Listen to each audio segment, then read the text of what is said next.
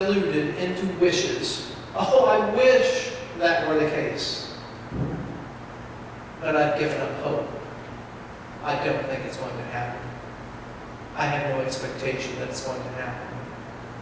Jeremiah writes these words of encouragement and assurance at this very time where Israel is suffering psychologically and spiritually the most. They want to be able to reestablish their homeland. Their hope is that the unjust treatment that they're receiving now at the hands of the Babylonians, that will discontinue. They hope that they will be able to find a leader that will revive their spirits and lead them into freedom, much as Moses had done to the same people long before in Egypt when they were captives there. They hope that they will one day live freely. And not just freely, but live by the righteous decrees and laws of God. That they will be able to create a society in which they live out their faith. Not that they have to live by somebody else's standards. Now, hope is not the same thing as wishful thinking. Hopes are tied, especially in this case, Israel's hopes, or our hope as Christian people, is tied to God's will for us. And that is important as Christians for us to remember that our hopes rest in the hope of God's will for all of us. For we have confidence in God's plan for us. Not just us individually, not just us as Faith United Church of Christ, or the community of State College, or the community of Pennsylvania, or the community of the United States, but for the entire world. We have hopes and expectations that God's will be done for all the earth. And we are encouraged when we make our hopes come true, when we do the things to create those hopes coming true. Like our random acts of kindness and compassion. I hope that many of you saw things happen over the Thanksgiving holidays. Maybe that you didn't share, but you saw nonetheless. And if you didn't, I hope that in this coming Advent and Christmas season, that you will be able to give that hope to others by the things that you do. For we all participate in God's plan through our own actions and practices. If we simply expect that God's going to do it for us, we've got the wrong hope and expectation. We're also to be people who live into our hopes and expectations by the things that we do. There is a poem, one of my favorites, by Emily Dickinson, which is called Hope is a Thing with Feathers. You'll find it in your points to ponder on the blue sheet in your bulletin. And so I'm going to read it for you. Hope is the thing that perches in the soul and sings the tune without the words and never stops at all. And sweetest in the gale is heard, and sore must be the storm that could abash the little bird that kept so many warm. I've heard it in the chillest land and on the strangest sea, yet never in extremity it asked a crumb of me.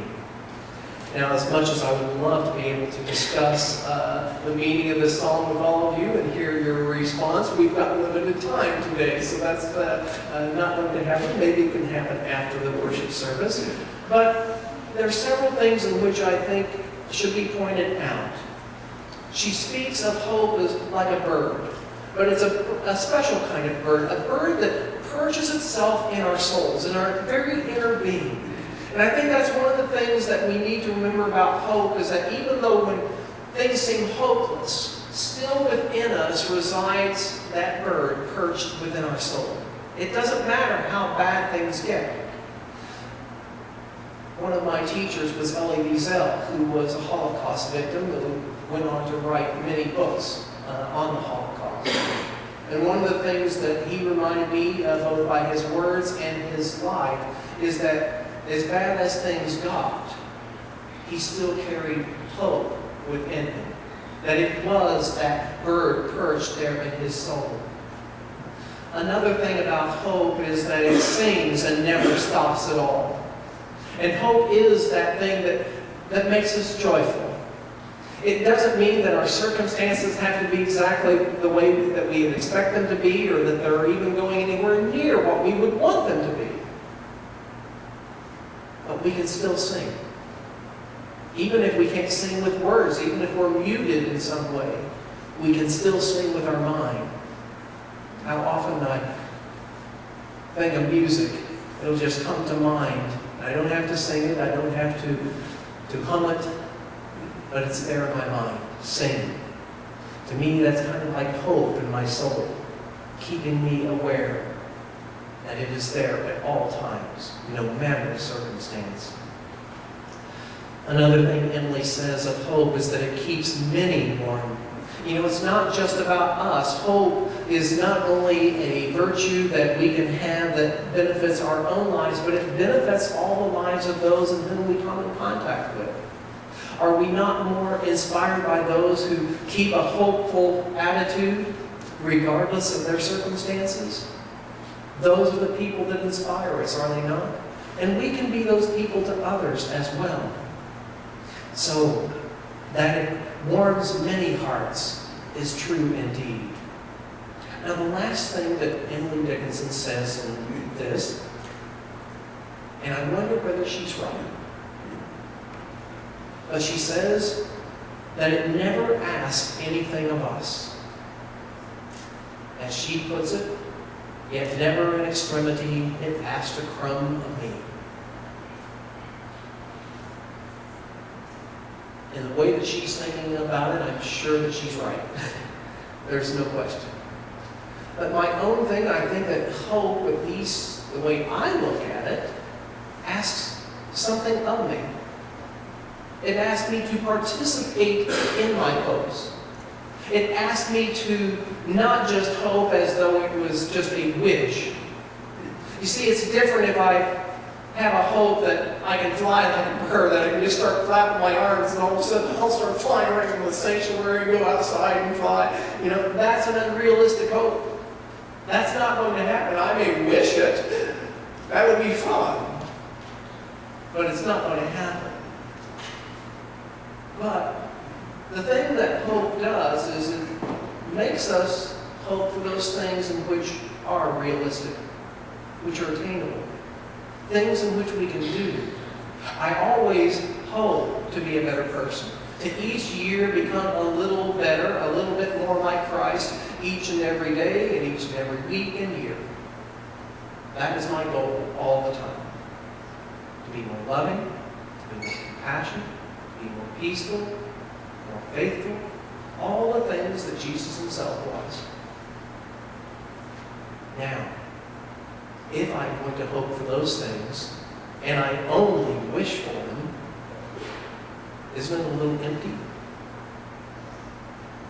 But if I actually try to make myself do the behaviors that will help create those hopes to come in true in me,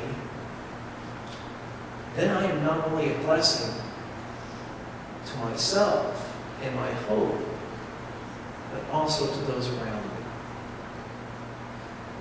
What if hope is the feathers to our wings? On the back of your blue sheet, you'll see a little poem that I wrote that was inspired by Emily Dickinson's poem. It's called Hope is the Feather to Our Wings. Hope is the feather to our wings by which we fly and for whom we sing. She lifts us upward to spiritual heights and gives us vision despite our plight. In times of need, she seeks our souls to free, whether from societal prisons or our own eyrie. And she gifts us with expectations of a better earth, where peace abounds and compassion delivers birth. But she will not act without us if in our nest we stay. She will not make it happen if all we do is pray. She requires of every one of us an encouraging surprise to learn to flap our wings if on winds of grace we rise. If we have concrete wings, they're not going to work so well, but feathers are light and provide lift. I was thinking about a bird, an eagle who is in its eyrie, and one of the things I love to do, and I saw this when I was in Indiana as well as in Wisconsin, some bald eagles.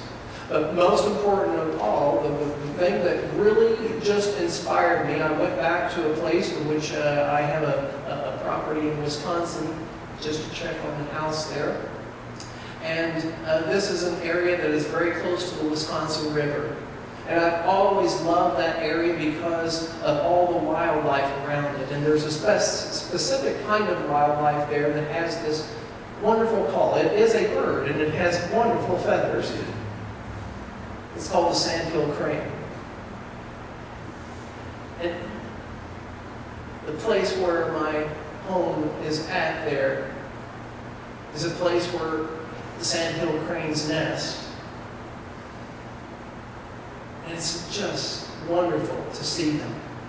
And as I got out of the car, just had got out of the car, I could hear their cackle. I couldn't see them yet, but I could hear their cackle. If you heard a sandhill crane, you know what I mean. And then a little bit later, I saw overhead over 100 flying in different formations, some this way, some that way. It was simply beautiful. And it reminds me of their feathers, and which those feathers give them lift. And oftentimes they will simply glide along the wind. We fly and we sing because we first hope to do so. Hope frees our spirits. It frees it from societal barriers and our own barriers. Hope gives us something to aspire to that is more to life, something that is better about life. And hope, too, I would add, requires of us an expectation, an action, and perseverance if we are to achieve our goals. So this question I have for you during this Advent.